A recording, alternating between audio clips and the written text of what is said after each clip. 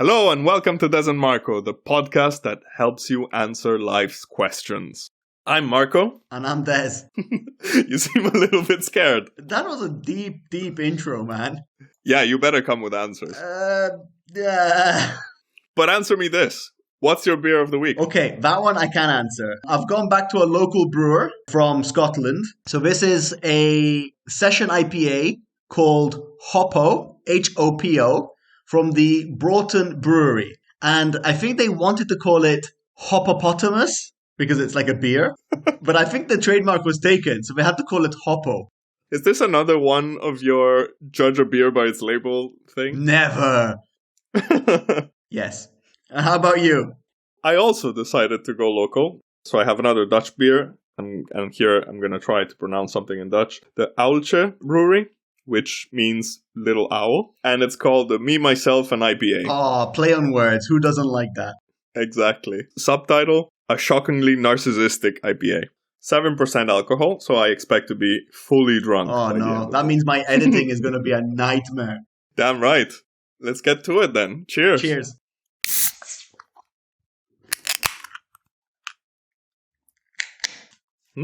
Fruity. Okay, how do you want to kick this episode off? Like we always do with the news. First up is something that I think is really interesting. Out of nowhere, or at least from what I know, Sony launched a brand new phone, the Xperia Pro. And for the first time in forever, a tech company uses the Pro name for something that's actually aimed at pros. Okay, curious, because Sony obviously is a well-known brand, but the Xperia line, which is their mobile brand, hasn't been doing great. No, despite the last generation, I think it was the Xperia 1 and the Xperia 5, they reviewed very well, but they don't have the traction as other tech companies. But anyway, the interesting thing about this phone, like I said before, it's aimed at pros. It's mainly like photographers or video creators or content creators. The peculiarity of this phone is that it has an HDMI port, like a mini one. And so it acts as a monitor for your camera. So, for example, if you're shooting yourself, you can use the phone as a monitor. And apparently, and I did not know this, camera monitors are a thing. They're gadgets and they're ridiculously expensive and they're not that good. So the differentiator of this phone is the fact that it has a 5G connection and it's the first Sony 5G smartphone. You could record from your camera, like your video camera, like a DSLR, and broadcast it live over 5G. That's pretty cool. I guess in the business would be is an interesting thing. Of course, there's nothing that broadcasts live 4K video yet, but it's a step in that direction. Yes, and it's an interesting concept because there's nothing else in the market that resembles it. I would never buy it because I also don't own like a fancy camera, so I would not have a use for it, but content creators might. The only downside is its price tag, which is $2,500 for a smartphone. And the smartphone bits are not that great. Like it's last year's chip, the 865, I believe. And the phone in itself is just, it's okay. Like it's last year flagship. I'm hoping that it will appeal to those who want to carry one gadget less. Yeah, exactly. And the interesting thing is, as a monitor, it's got a 4K screen. You know, Sony is known for having nice screens. So it's a good monitor. But again, it's aimed at very, very few people. Also, the price tag doesn't help. Ooh, talking about gadgets and things doubling up as other things. As if someone read our mind, we spoke about Bond last week. Yeah, and literally like 10 minutes after we talked about it. Right? Like literally 10 minutes after we spoke about it, there was news. Yeah, that's right. So last week, as part of our hype segment, I mentioned that I cannot wait to see the new James Bond movie, so No Time to Die. And immediately after I pronounced those words, they delayed it again. It was meant to release in April, but then it's got moved back to October 8th globally. Fully understandable. Cinemas are still closed and they will be closed for the foreseeable future. I guess there's no money in releasing it like straight to a streaming service. I don't even know if MGM is part of a streaming service at this stage. So sadly, my fellow Bond fans, we're going to have to wait a little bit longer. But also an interesting article that I read today is, I read that it might even be further delayed. And you know why? No. You kind of mentioned it at the beginning. It's because of gadgets, but not the James Bond gadget that you have in mind. Like, it's not because of the pen that doubles up as an explosive or the watch that has lasers. It's because of the actual gadgets in the movie. Bond movies are known for being very heavy on the product placement. And so this movie was originally meant to release at the beginning of 2020 or mid 2020. And then it got delayed so much because of obvious reasons. But it got delayed so much that they're going to have to reshoot some scenes. Look at my new iPhone 10. That's right. That's exactly the reason. So, Nokia is allegedly sponsoring this movie. And the Nokia that he is using in the trailer is already 1 year old. So they need to reshoot those scenes so that it's with the current phone and the current Adidas shoes and the current Omega watch. That's hilarious. I'm sure it's going to be done professionally, but in my head, I can't help but think there'll be a really bad edit and cut where you see Bond running and then someone else's shoes are clearly doing the sponsored bit. Yeah, that's right. Or even worse, really terrible CGI of the new smartphone pasted on top of the old one. So I found that a bit funny, but I'm still a little bit upset that we're going to have to wait longer. But moving on, lately in the news, it's not super fresh. WhatsApp allegedly changed their privacy policy. Yes, and it's funny because I think that links really well with the whole spy thing that we were talking about. Right? Yeah, what's that all about? Well, I think people saw this coming. And, WhatsApp is an incredibly popular messaging. I think most people have it. Especially in Europe. And I think worldwide they have 5 billion downloads or something silly. Who are they owned by? Let's start at the beginning. It was founded by I think, Ukrainian national who was a nationalized American. And he claimed to have grown up in a regime where you didn't have freedom of speech, and he hence created WhatsApp so people could communicate without fear of monitoring. Okay. And to ease communication. In 2013, I think they were going to be bought out by an Indian company. And when Facebook got wind of this, and they said, guys, an app with over 1 billion users is being sold, they couldn't resist the temptation of getting hold of that data. Of course. Back then, everyone was like, no, we're not happy about this because Facebook is technically spyware. It gathers all the information it can about you, literally everything. What apps you have on your phone, where you are, what you're doing, how long you interact, who you interact with. Everything you can imagine, they will harvest. Because that's their business model, because they need to sell it to advertisers and they need to sell them as accurate as a profile as they can of you. Exactly. So the fear was that WhatsApp was going to be turned into a Facebook Messenger. Right. But they made a promise. They wouldn't harvest any information from WhatsApp. And that promise lasted a whole 2 years. Which is, frankly, longer than I would have expected. Now they're revising the terms and conditions again. And apparently it was just bad wording in the updated privacy policy. But it has brought back to people's attention that they will start collecting all the metadata of your messages. So not the actual contents, but who you've been messaging, when you've been messaging them, did you send them a link, what links did you send them, what time, the size of the files, everything related to the message but the message itself. Wait, but you're saying they've already been doing that? Not to the same extent. They're widening their scope. Okay. And can you opt out? The short answer is no. You weren't allowed to opt out, but they said that I think, sometime in February, you would have been forced to cancel your account. Okay. But they've extended it because of the bad press that they're receiving. And I suspect in a tactical move to hope people forget. Right. But there is a caveat in the sense that Europeans are protected from the GDPR. So WhatsApp users cannot have their data shared with Facebook. How would that work? If I'm in the EU and I'm protected by GDPR law and you aren't, so they read or they gather data from your messages but not mine within the same conversation? That's the gray area which Facebook hasn't really addressed because they famously have phantom accounts, fingerprinting, in the sense that even if you don't have a Facebook account, because I'm friends with you in other aspects of reality, you still have a bit of a digital footprint in my world. Okay. And if you consider that you have more than one friend and you likely have a small digital footprint on in their world, they're able Yeah. to keep these pieces and construct a profile of you despite the fact you don't use their services. So then it doesn't make a difference whether I have a Facebook account or not. This is why the GDPR kicked in. So like Facebook had to delete all that data for people who haven't actively given their consent. Okay. The gray area is like if you were to holiday outside the European Union, does that mean they can suddenly harvest all that data? Yeah, exactly. Like if we just leave the protection of the EU, what happens then? Exactly, which leads me to my next point. I live in the UK. The UK is leaving the protection of the EU. Yeah, so I'm not going to text you anymore, basically. No, please don't. Please. All right, I'll text you. So if you looked at the charts of downloads, a lot of people have got really angry. WhatsApp has dropped from being the most popular messaging app down to like the 19th position in the space of a week.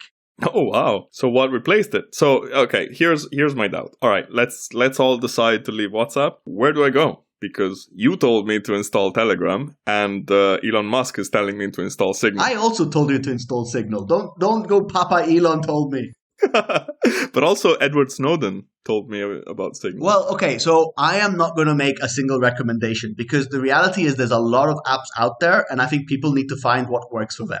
And honestly, as a side note, what I found throughout the years of messaging apps, so not just WhatsApp or Signal or Facebook, but also way back in like MSN Messenger and ICQ, it all depends on where the people you talk to are. Exactly. So if we're going by that metric, Telegram is probably the more popular one at the moment. Okay. What's the advantage of Telegram compared to WhatsApp? Let's start with the history of Telegram because there is an Italian link. Oh, nice. The best kind of link. The best kind of link. The owner/creator of Telegram is a Russian billionaire who annoyingly is very young. Russian billionaire, and we're talking about security? Exactly. To reinforce his status as security man, he is like Putin's number one enemy. Okay. The Italian link is that the guy who owns it is called Pavel Durov, and he grew up in Italy. He grew up in Turin. Really? Yeah, so he was born in St. Petersburg, but grew up in Turin. And at the age of 17, the family moved back to Russia. And he was one of the founders of like the equivalent of Facebook in Russia called VKontakte, which is more kind of like a LinkedIn for Russia. And it's popular in Eastern Europe and the Russian sphere of influence. Okay. And he famously refused to take down the profile pages of like Putin's opposition. Oh, okay. Like a SWAT team was sent to his house and he refused to answer the door and it all got very heated. And then essentially they forced him to sell his company for like a cutthroat price.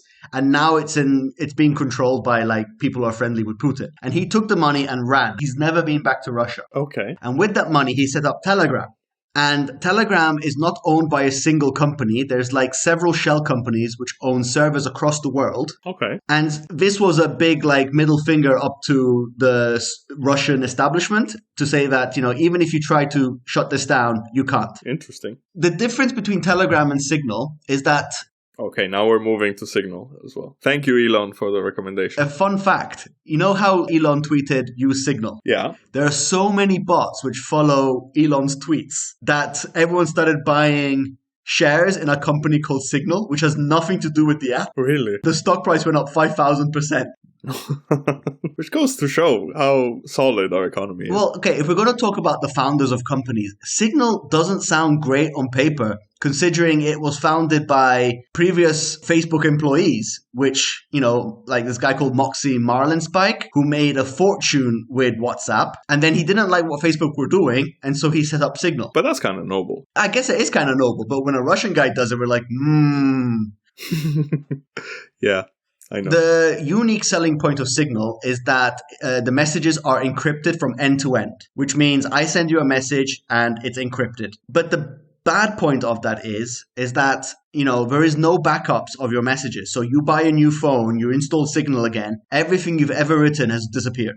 Oh, that's so annoying, though. Actually, one of the things that I noticed switching from iPhone to Android is that I lost my WhatsApp messages. So I had to start all over again. I know there's like very complex and very convoluted ways of transferring your chat history, but I lost everything. Which brings me to my next point. WhatsApp is also end-to-end encrypted, but there's a huge caveat. If you allow iCloud, on the Apple? Yeah, iCloud or Google Drive. Google Drive, your messages are no longer encrypted. Are they not? No, they're encrypted from your device to the server. But on the server, it's not like they're stored unencrypted. But what I mean to say, WhatsApp have the unencryption keys, so they can access the server. Okay, but then it's false advertising because every time you start a conversation with someone on WhatsApp, you do get the little like end-to-end encryption message. Unless you do cloud backups. Okay, now I want to check that. Telegram is the exact same situation. So Telegram's messages are encrypted from the user's phone to their servers. Yeah. But they don't share data with anyone. That's their unique selling point. They don't share your data with anyone at all. Okay. It's hard for a random person to unencrypt your messages, like almost impossible. You know, you're trusting a company which doesn't share your data, whereas WhatsApp is now going to share your data. That raises a few more questions. So what about Signal? Well, Signal doesn't harvest any data at all. You have extreme privacy to the point where, like, you know, even like your contacts don't update unless you manually update them. Okay. But you lose the ease of use and the cross-platform functionality.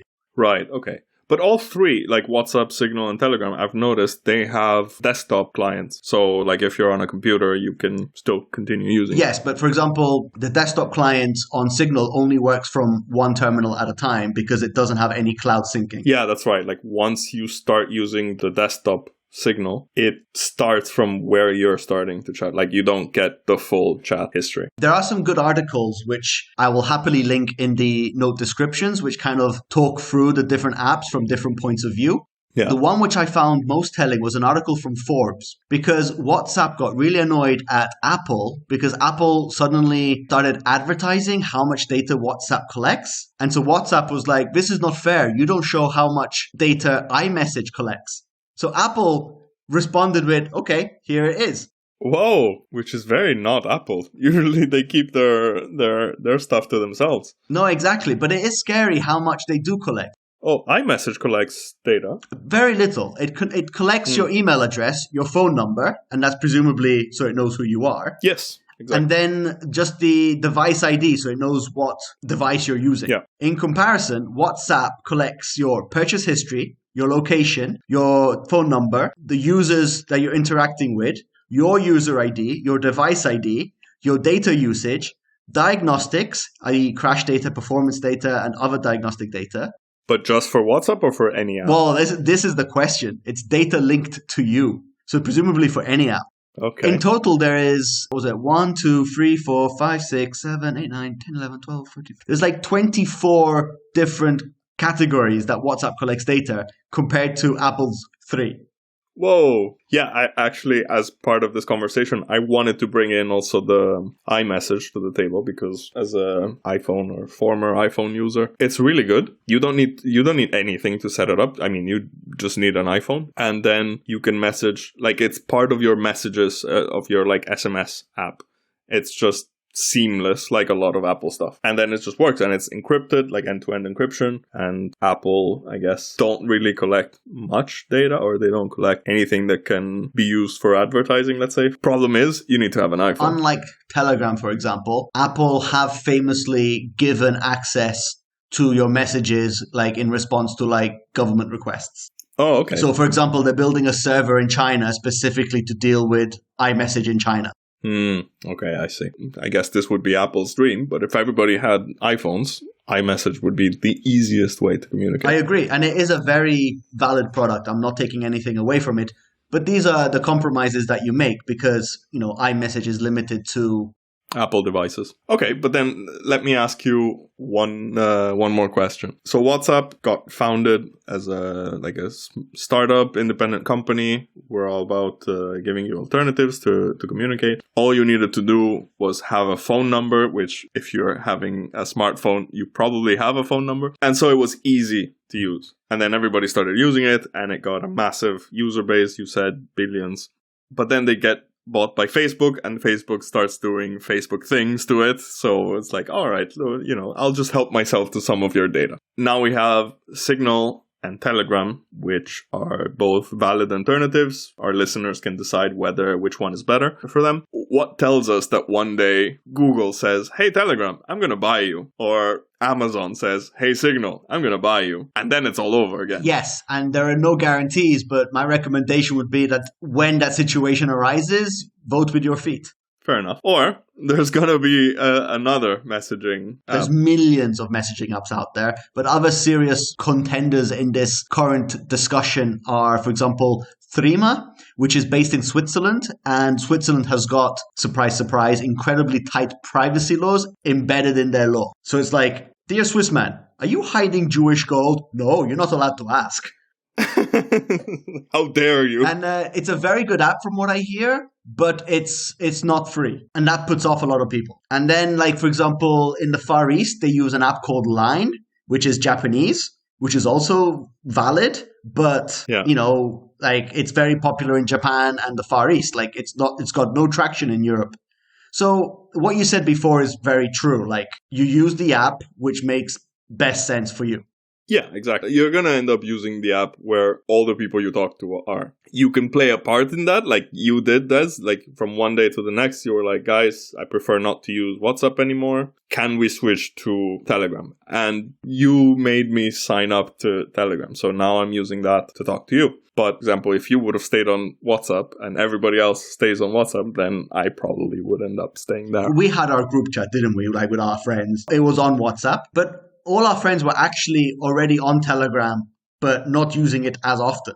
Yeah. I think you'd be surprised how many people are already on these platforms. It's just that, you know, they're not heavy users. Yeah, that's right. But I think here also the issue is if you're concerned about privacy using WhatsApp, you need to delete it. Like, you can't just stop using it. You need to get it off of your phone or your tablet or whatever it is. Like, WhatsApp can still collect data even if you're not using it. Well, the thing is, I haven't agreed to their new privacy policy, and I am just waiting for them to delete my account, and then that will be bye-bye.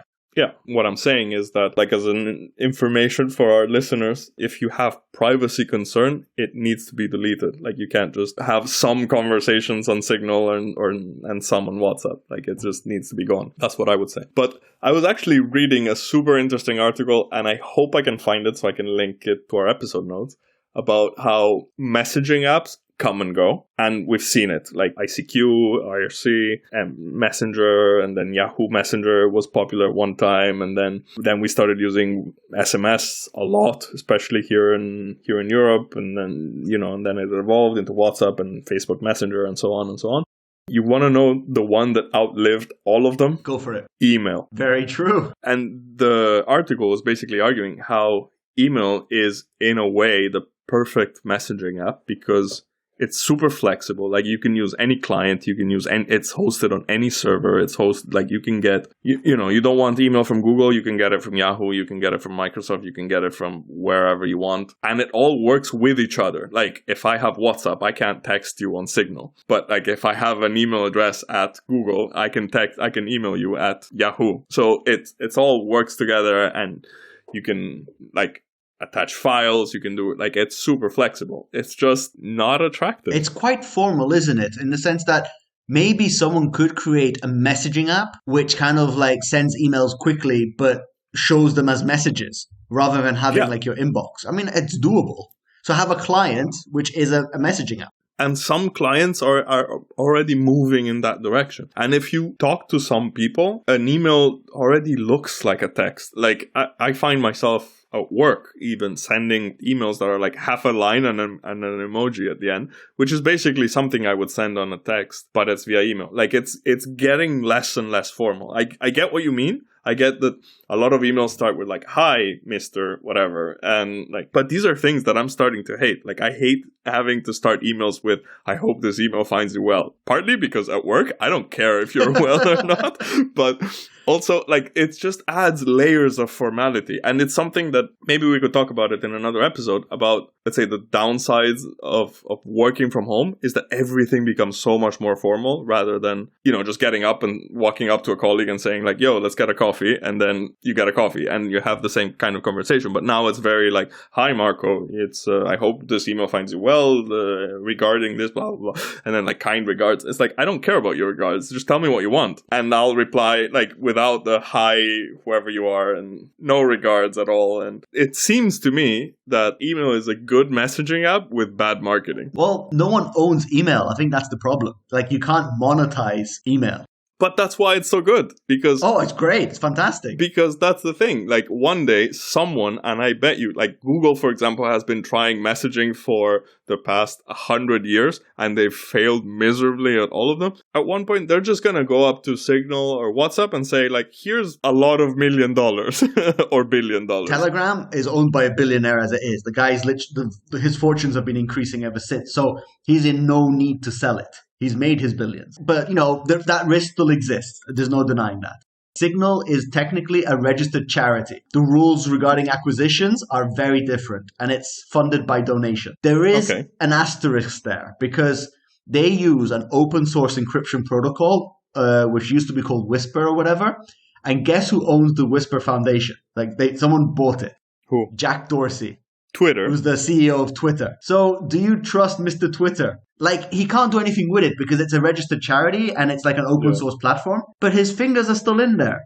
And that's the issue. But again, they come and go. So one day, neither of us will probably be using WhatsApp and we'll have moved on from Signal and have left Telegram in the past, and then something new will come up. And no, thank you for doing this research. As a last question, which one are you using and why? I am using Signal and Telegram. I'll be honest, because people are on both now. Like, at my work, most people, they've gone to the extreme in the sense of like, they really don't want to share any data, and so they've gone for Signal. Whereas my more moderate friends who are kind of like, you know, I don't mind if it's not 100% encrypted all the time, as long as my messages aren't shared with other people. They're all using Telegram. So now you have two. So I used two, but I had two before because like everyone's got SMS and something else on their phone.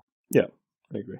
All right, cool. And just because I want to keep texting with Des, who's my only friend in life, I also have Signal and Telegram. But then also I have a family, so I text them on WhatsApp. I managed to get my family to change, so that's quite good. Except for my brother, who's become militant. But anyway. But he's also like one of our fans on Instagram. By the way, at Des and Marco.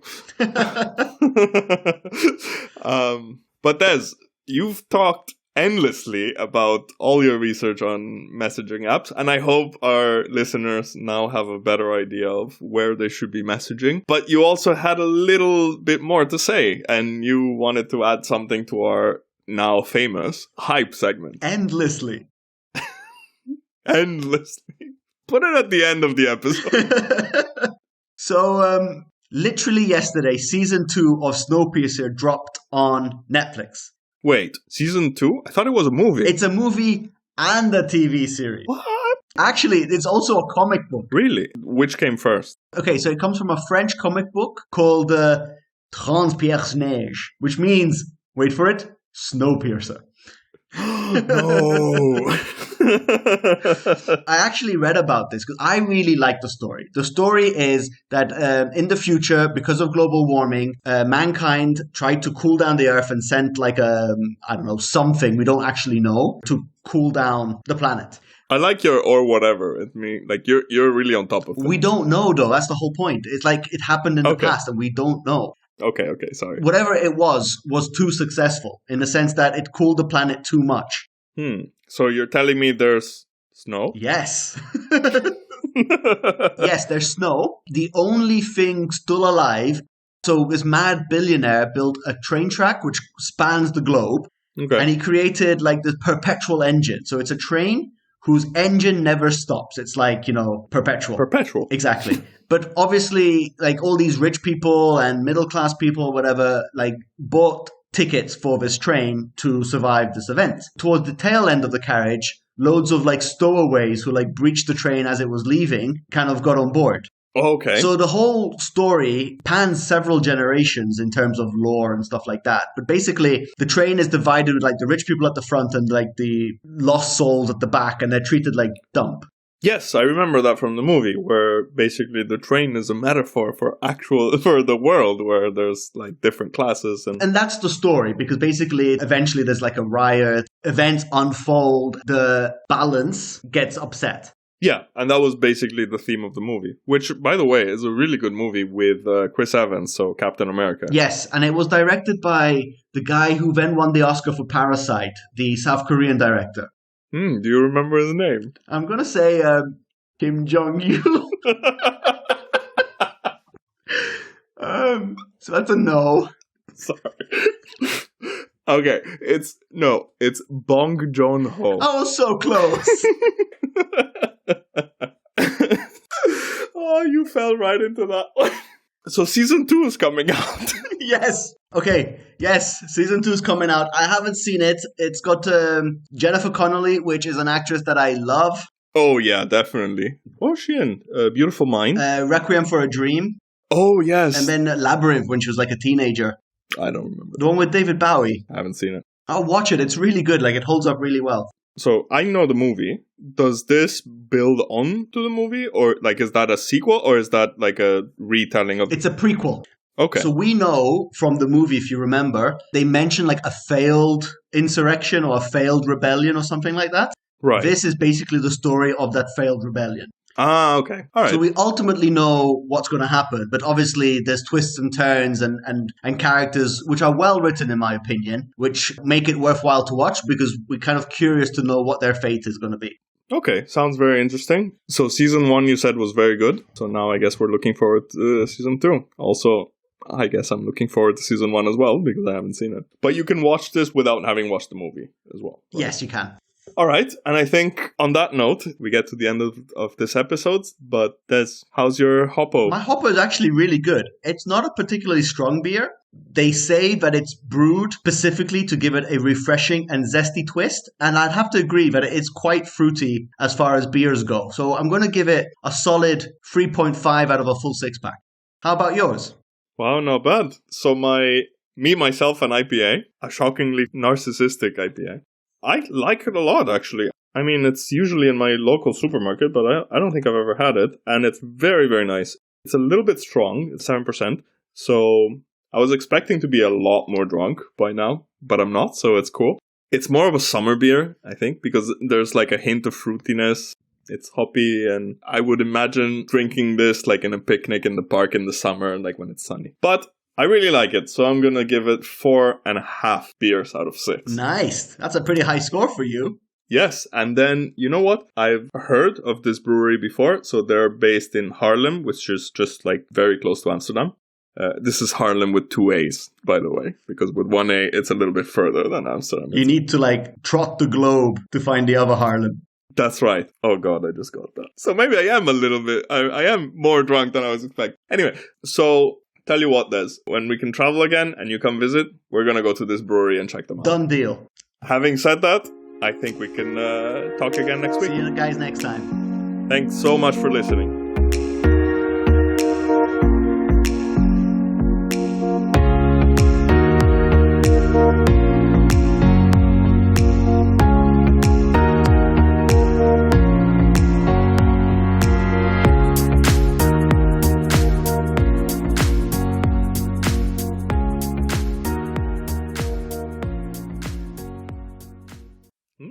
Fruity.